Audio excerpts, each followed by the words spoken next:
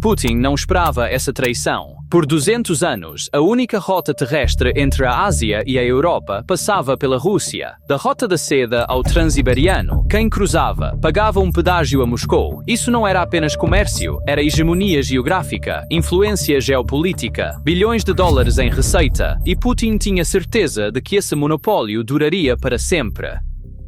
Mas agora seu aliado mais leal está destruindo esse monopólio, e Putin é forçado a assistir. O Cazaquistão, o parceiro mais próximo da Rússia na Ásia Central, está construindo um novo corredor comercial com a China que contorna a Rússia, com uma mão oferecendo amizade a Putin, com a outra tirando o chão debaixo dele, e a cabine de pedágio de 200 anos de Putin está fechando. A estrada mudou e o vendedor de bilhetes já não é Moscou. Compreender a geografia deste novo corredor é suficiente para entender por que Putin está tão inquieto. Contêineres que partem do oeste da China atravessam o Cazaquistão de ponta a ponta. Eles cruzam o Mar Cáspio de balsa, desembarcam no Azerbaijão, continuam pela Geórgia e chegam à Europa através da Turquia. 4.250 quilômetros de ferrovia, 500 quilômetros de rota marítima, e nem um único metro dessa rota toca o solo russo. Antes de começarmos, um pedido pequeno, mas importante. Análises independentes de guerra como esta têm sido recentemente limitadas pelo algoritmo, o que significa que este vídeo não está alcançando muitas das pessoas que poderiam se interessar. Inscrever-se, curtir o vídeo e deixar até mesmo uma única palavra nos comentários nos ajuda diretamente a superar isso. Leva apenas alguns segundos, mas significa tudo para nós. Agora vamos continuar. O Cazaquistão não está apenas na rota deste corredor, está no seu coração. E o jogo duplo que Tokayev está jogando é talvez a camada mais fascinante desta história. Em 29 de maio de 2026, ele se encontrou com Putin em Astana. 15 documentos foram assinados. Um acordo foi feito para a usina nuclear de Balkhash, liderada pela Rosatom, financiada por crédito estatal russo. O volume de comércio bilateral atingiu um recorde de 29 bilhões de dólares. 7 princípios de amizade e boa vizinhança foram estabelecidos. A imagem na frente das câmaras era de uma parceria impecável, mas a imagem por trás das câmaras conta uma história completamente diferente. Em abril de 2026, o Cazaquistão discretamente removeu parceiros russos de 3 grandes projetos de usinas termoelétricas. A Interhal seria a empreiteira geral. Isso não aconteceu. A tecnologia chinesa a substituiu. O vice-ministro da Energia do Cazaquistão, Yezimkhanov, disse abertamente: a moderna tecnologia chinesa atende aos padrões ambientais, inclui elementos de inteligência artificial. O modelo de crédito proposto pela Rússia de 15 anos foi arquivado, e o desacoplamento energético não se limita a isso. O Cazaquistão estava recebendo 60% das exportações totais de eletricidade da Rússia em 2025, seu maior cliente. Agora, 81 projetos de energia estão em andamento, com uma capacidade total de 15,3 gigawatts e mais de 25 bilhões de dólares em investimento. O vice-ministro Yezimkhanov estabeleceu a meta claramente: em 2027, não compraremos nenhuma eletricidade da Rússia. O maior comprador da Rússia no mercado de exportação de eletricidade está fechando a porta. A análise do Belfer Center explica a lógica deste jogo duplo de forma muito clara. Entre as prioridades da política externa do Cazaquistão, reduzir e diversificar a dependência da Rússia como país de trânsito ocupa o primeiro lugar. Tokayev está mantendo a relação estratégica com a Rússia de um lado, porque 7.600 quilômetros de fronteira, milhões de russos étnicos e a dependência nuclear tornam isso necessário. Mas por outro lado, ele está cortando cada fio de dependência econômica um por um. E o Cazaquistão não está sozinho nesse desacoplamento. Está reduzindo silenciosamente o papel da Rússia na esfera pública, assim como a Moldávia fez. Está aprofundando a cooperação energética com a China. Está construindo parcerias paralelas com os Estados Unidos, Japão, Coreia do Sul e a União Europeia em elementos de terras raras. Tokayev aceitou o convite de Trump para o Conselho de Paz. Cada porta que se abre para o Ocidente significa uma porta se estreitando em direção à Rússia, e Tokayev está gerindo isso com um equilíbrio muito cuidadoso. Putin está ciente desse equilíbrio, mas há muito pouco que ele pode fazer. Enquanto luta com centenas de milhares de soldados na Ucrânia, ele não tem poder para abrir uma segunda frente na Ásia Central, e se ele pressionar o Cazaquistão, acelera exatamente o que quer evitar, empurrando Tokayev completamente para os braços da China e do Ocidente. Putin está encurralado. Se ele ficar parado, seu monopólio se desgasta. Se ele aplicar pressão, a separação acelera. ambas as opções perdem. Parece que por trás desse crescimento não está apenas a lógica comercial. Há 3 medos estratégicos. Risco de sanções. Cada carga que passa pela Rússia carrega o perigo de ser apanhada nas sanções ocidentais. Risco de instabilidade. As ferrovias de um país em guerra podem receber prioridade militar a qualquer momento. E, de fato, na linha transiberiana da Rússia, o transporte militar está constantemente empurrando a carga civil para trás.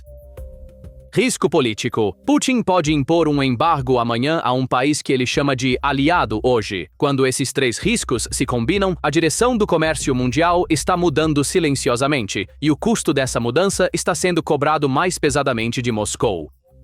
E há um fator que está acelerando ainda mais essa transformação. A crise no Estreito de Hormuz e os ataques Houthi no Mar Vermelho tornaram as rotas marítimas arriscadas. O Canal de Suez já não é uma passagem segura. O seguro marítimo disparou, os prazos de entrega se alongaram, os custos dobraram. Neste ambiente, as rotas terrestres, especialmente as rotas terrestres que contornam a Rússia, estão ganhando mais valor a cada dia. O Serviço de Inteligência da Ucrânia, SZRU, liga este cenário diretamente ao futuro da Rússia. À medida que o corredor cresce, a Rússia pode perder sua posição como o principal centro de trânsito entre a Ásia e a Europa, e bilhões de dólares em receita de transporte. E Moscou está ciente dessa ameaça. Os próprios analistas da Rússia reconhecem que a mudança dos estados da Ásia Central para rotas mais rápidas, baratas e confiáveis está reduzindo os volumes de carga da Transiberiana. E este corredor não é apenas um projeto da Ásia Central, tornou-se também uma das maiores apostas geopolíticas da Europa. No Fórum de Investidores, realizado em Bruxelas em janeiro de 2024, instituições financeiras europeias e internacionais comprometeram-se com 10 bilhões de euros. No primeiro Cimeira UE Ásia Central, em abril de 2025, von der Leyen anunciou um pacote adicional de 12 bilhões de euros do Global Gateway, dos quais 3 bilhões de euros são destinados diretamente à infraestrutura de transporte. O Banco Mundial forneceu uma garantia de 846 milhões de dólares ao operador ferroviário do Cazaquistão, KTZ. O Banco Europeu de Investimento concedeu um empréstimo de 200 milhões de euros ao Banco de Desenvolvimento do Cazaquistão. O significado estratégico desses investimentos vai muito além dos números. Para a União Europeia, o corredor do meio é mais do que uma rota comercial. É uma proteção geopolítica contra a Rússia. Bruxelas diz isso abertamente. Reduzir a dependência de Estados adversários, aumentar a autonomia estratégica e posicionar a União Europeia na Ásia Central, uma região tradicionalmente sob influência russa e chinesa. Cada euro que a União Europeia investe neste corredor enfraquece um pouco mais a influência de trânsito da Rússia, e esses investimentos também se sobrepõem à iniciativa do Cinturão e Rota da China. Pequim está financiando sua própria infraestrutura na mesma rota. Assim, tanto o Ocidente quanto o Oriente apoiam o corredor do meio, e a Rússia está espremida entre essas duas potências, e a posição da Turquia nessa equação é extremamente crítica. A Turquia é a única porta de entrada do corredor do meio para a Europa. Cada trem, cada container que sai da Geórgia passa pela Turquia. Na reunião de mesa redonda realizada em Istambul em abril de 2026, a delegação cazaque e o lado turco se reuniram para fortalecer as redes logísticas. O secretário-geral adjunto da presidência do Cazaquistão, Zansuva, anunciou que o transporte no corredor aumentou 18% nos primeiros 3 meses de 2026. Gigantes do setor privado como TCDD Transportation, Al Bayrak e Salik juntaram-se ao projeto, e em maio de 2026 ocorreu um primeiro histórico. O primeiro envio de trem de carga de retorno da Turquia para a China, 50 contêineres de carga refrigerada, foi concluído através do corredor do meio. Esta entrega provou que o corredor agora opera não apenas em uma direção, mas em ambas. A ferrovia Baku-Tbilisi-Kars é a espinha dorsal caucasiana desta rota. Os portos do Cáspio, Aktau, Kurik, Alat estão aumentando continuamente a capacidade. O Banco Mundial concedeu um empréstimo de 2 bilhões de dólares ao projeto InRail. A modernização da infraestrutura está acelerando. Em 2025, o volume de carga entre Turquia e Cazaquistão aumentou em 34%, e esse crescimento ainda está em fase de impulso, e quando o projeto Estrada do Desenvolvimento da Turquia adicionar uma conexão com o Golfo via Iraque, o cenário se expandirá ainda mais. Os tempos de trânsito encurtam em 15 dias. A Turquia não é apenas um ponto de trânsito, está se tornando o centro logístico entre a Ásia, a Europa e o Oriente Médio. De acordo com a análise da DW, a importância deste corredor aumentou ainda mais com a crise do Estreito de Hormuz, E a Turquia está posicionada bem no centro dessa transformação. E enquanto o mundo constrói novas rotas ao redor da Rússia, a Rússia está se tornando incapaz de sustentar até mesmo sua própria rota. A Ferrovia Transibriana e a entidade que opera toda a rede ferroviária da Rússia, RZHD, a enorme estrutura que lida com 87% do transporte de carga do país, está na crise financeira mais grave de sua história. A partir do início de 2026, a dívida aumentou para 4 trilhões de rublos, aproximadamente 51 bilhões e 900 milhões de dólares. O lucro líquido caiu de 50 bilhões de rublos para 2 bilhões e 300 milhões de rublos em um único ano, uma queda de 96%. O orçamento de 2026 foi reduzido em 20% em comparação com o ano anterior, e a empresa solicitou 200 bilhões de rublos em ajuda emergencial do Estado. E o problema não é apenas a perda de receita de trânsito. A própria economia civil da Rússia está entrando em colapso. De acordo com o relatório da United 24 Media, nos primeiros 2 meses de 2026, a Rússia entrou oficialmente em crescimento negativo, menos 1,8.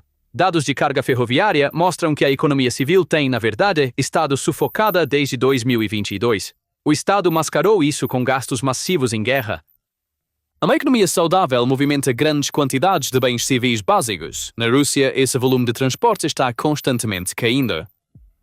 A tentativa da Rússia de criar uma alternativa com a Rota do Mar do Norte também parece limitada. Esta rota é sazonal. O gelo a bloqueia durante a maior parte do ano, e as relações com os estaleiros sul-coreanos que construíram a frota de petroleiros se deterioraram.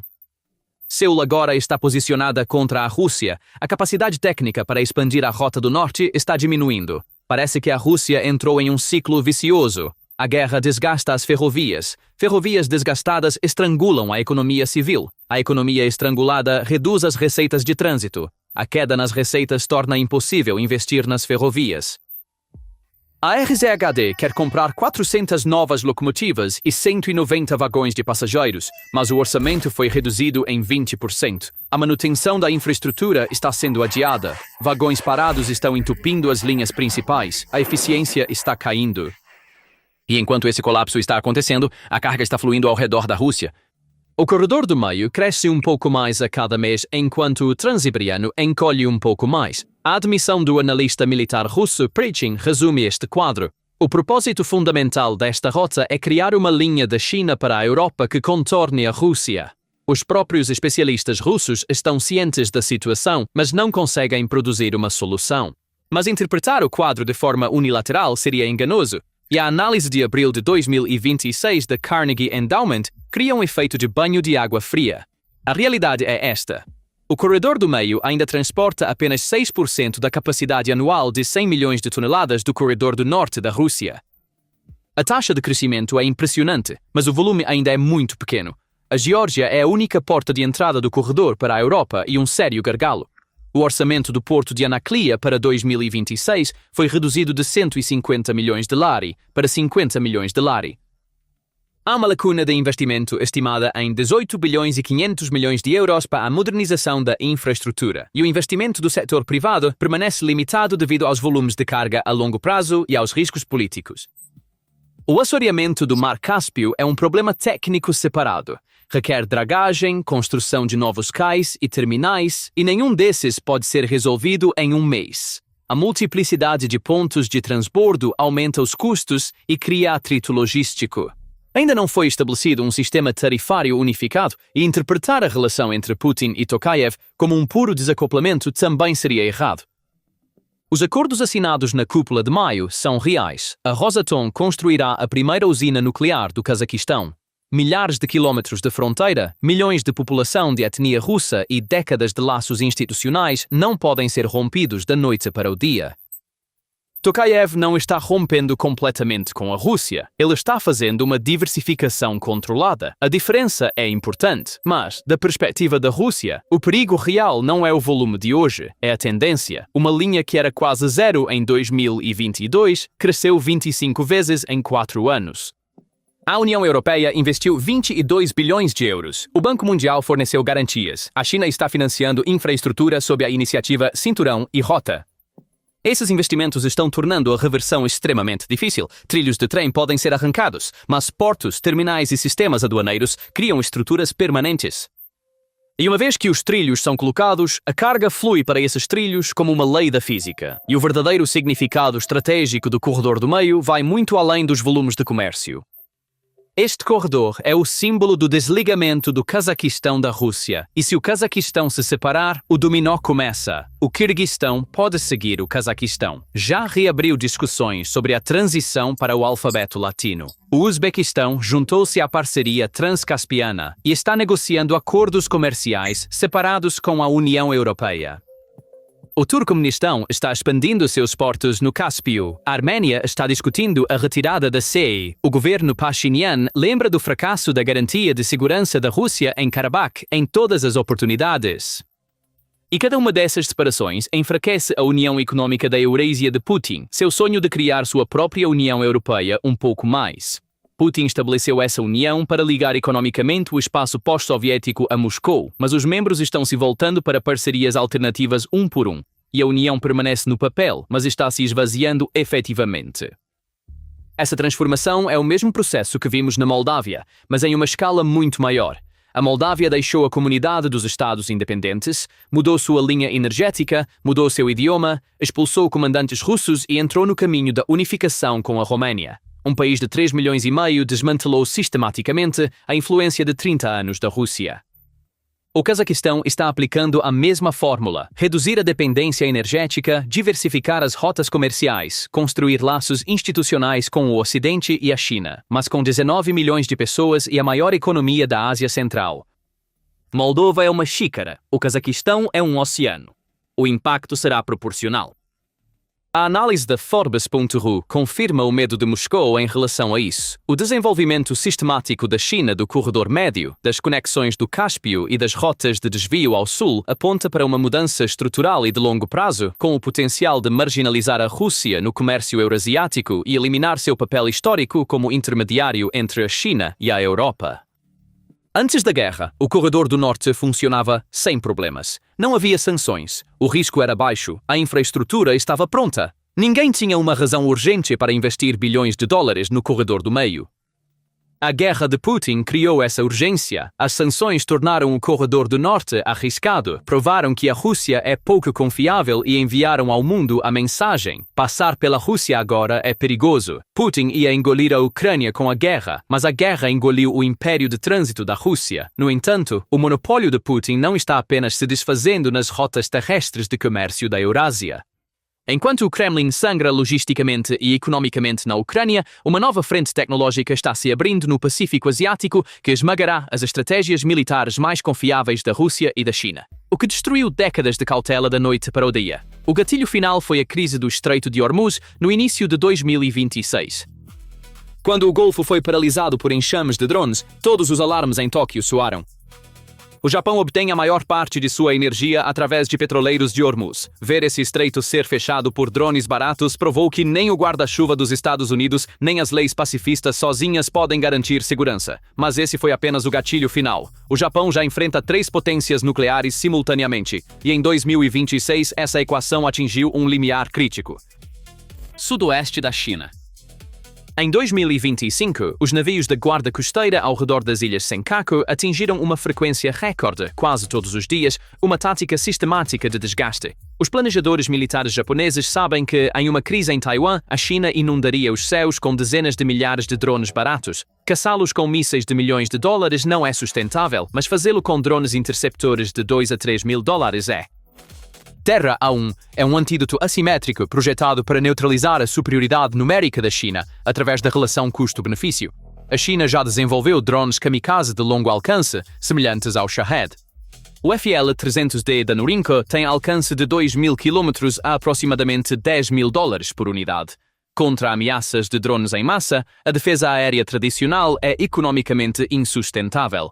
A solução do Japão, vinda da Ucrânia, visa exatamente essa equação.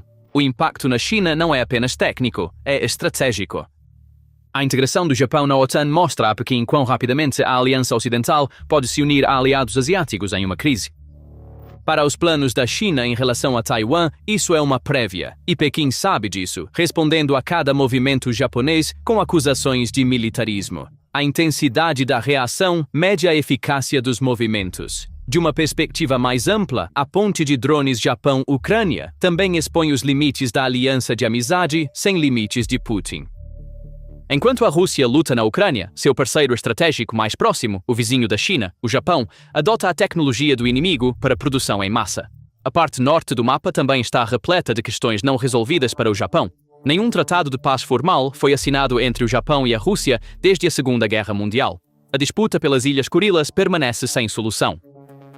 A invasão da Ucrânia pela Rússia fez com que essas relações caíssem abaixo de zero. Moscou declarou oficialmente em fevereiro de 2026 que não há diálogo de paz em andamento com o Japão. À medida que a aliança estratégica cada vez mais profunda da Rússia com a China aperta o Japão entre duas grandes potências, os incessantes testes de mísseis balísticos e drones da Coreia do Norte adicionam uma terceira camada de ameaça. O Japão está simultaneamente enfrentando três potências nucleares: China, Rússia e Coreia do Norte. Esta equação explica por que Tóquio está investindo tanto em uma rede de defesa aérea em camadas, inteligente e escalável. O ministro das Relações Exteriores da Rússia, Lavrov, acusou o Japão em janeiro de 2026 de retornar ao militarismo dos anos 1930. No entanto, o contexto desta acusação é marcante. A Rússia, que está travando uma guerra na Ucrânia com quase 2 milhões de baixas, está acusando as forças de autodefesa do Japão, que não dispararam um único tiro desde 1954, de agressão. Mesmo que o Japão dobrasse seus gastos com defesa, isso ainda levaria o país a 2% do PIB, uma cifra bastante modesta em comparação com a economia de guerra da Rússia, que excede 7%. A resposta de Tóquio não é confrontar a Rússia diretamente, mas construir uma ponte tecnológica indireta com os especialistas que conhecem melhor as táticas de seu adversário, a Ucrânia.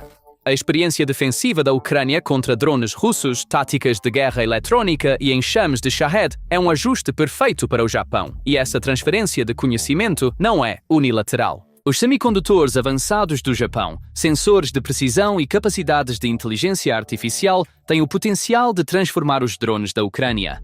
Quando os drones marítimos Magura e Sea Baby, que confinaram a frota do Mar Negro da Rússia aos seus portos, são equipados com sistemas de navegação japoneses e ópticas de visão noturna, eles podem evoluir para caçadores autônomos imunes à interferência de guerra eletrônica russa. A inquietação do Kremlin em relação ao Japão não se limita a esta ponte tecnológica. Tóquio foi o único país do G7 sem uma lei clara contra a espionagem por anos. Essa lacuna criou um terreno fértil para operações de inteligência russas. No entanto, o projeto de lei anti-espionagem na agenda do governo Takaichi e os planos para uma nova Agência Nacional de Inteligência visam cortar o fluxo de informações de Moscou dentro do Japão. A identificação de um agente russo do SVR pela polícia de Tóquio em janeiro de 2026 é vista como um prenúncio dessa nova era. Por 200 anos, qualquer pessoa que quisesse passar entre a Ásia e a Europa era obrigada a comprar um bilhete da Rússia. Desde os mercadores da Rota da Seda até os modernos trens de containers, Moscou estava na cabine de pedágio e cobrava a taxa de trânsito. Esse monopólio não era apenas dinheiro, era controle geopolítico. A Rússia, que concedia o direito de passagem, podia retirar esse direito a qualquer momento. E essa ameaça mantinha dezenas de países na linha de Moscou. Agora, esse pedágio está esvaziando. A carga está fluindo ao redor da Rússia. O Cazaquistão está construindo a espinha dorsal desse fluxo. A China está investindo o dinheiro. A União Europeia está investindo 22 bilhões de euros. A Turquia está abrindo a porta. E o Império Ferroviário da Rússia está afundando com 51 bilhões e 900 milhões de dólares em dívida.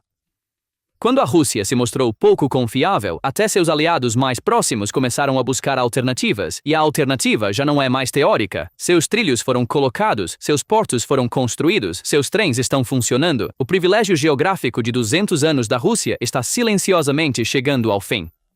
A estrada mudou, a cabine de pedágio esvaziou e o vendedor de bilhetes já não é Moscou. Então, o que você acha disso? Compartilhe nos comentários. Chegamos ao final do nosso vídeo, mas nossa análise não para aqui. Se você gostaria de ouvir esses relatórios aprofundados da PPR Global que cobrem desenvolvimentos globais com a facilidade de um podcast durante suas longas viagens de carro ou pausas diárias, convidamos você a visitar nosso canal no Spotify. Siga nossa conta no Spotify agora mesmo através do link na seção de descrição e nunca perca o que está acontecendo no mundo. Não importa onde você esteja ou qual seja a circunstância. A circunstância.